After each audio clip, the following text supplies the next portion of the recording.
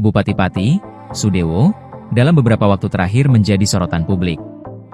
Mereka marah dan kecewa atas beberapa pernyataan Sudewo yang dianggap tak berpihak pada rakyat.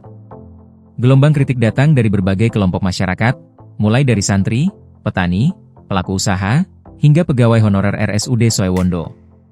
Mereka bahkan mengancam akan melengsarkan Sudewo dari kursi bupati.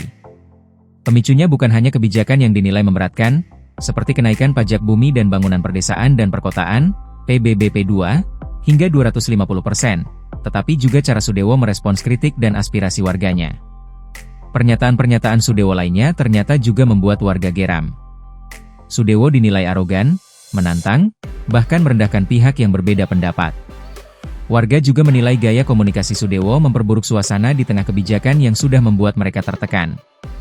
Sementara di RSUD Soewondo, ribuan tenaga honorer dipecat secara massal. Berikut adalah hal-hal baik itu pernyataan atau kebijakan kontroversial Sudewo yang memicu gelombang kemarahan di Pati. 1. Kenaikan PBB hingga 250%. Bupati Sudewo menetapkan kenaikan tarif PBBP 2 hingga 250%. Keputusan ini tentu dianggap sangat memberatkan masyarakat, terutama di tengah kondisi ekonomi sulit. 2. Tantang warga berdemo. Saat menghadapi protes warga akibat kenaikan pajak itu, Sudewo justru mengatakan siap menghadapi bahkan 50.000 massa sekalipun. 3. Satpol PP bubarkan paksa posko donasi warga. Warga yang menolak kebijakan kenaikan PBBP 2 hingga 250% lantas mempersiapkan segala kebutuhan demo. Warga dan aparat sempat terlibat cekcok dan saling menantang hingga memicu kericuhan. 4. Mengizinkan pegawai honorer yang gagal seleksi RSUD lapor polisi. Hal lain yang menjadi sorotan adalah ikut sertanya mantan pegawai honorer RSUD Soewondo, Pati, Jawa Tengah, yang tak lolos seleksi kepegawaian. Para pegawai yang dipecat tak diberikan pesangon yang layak. 5.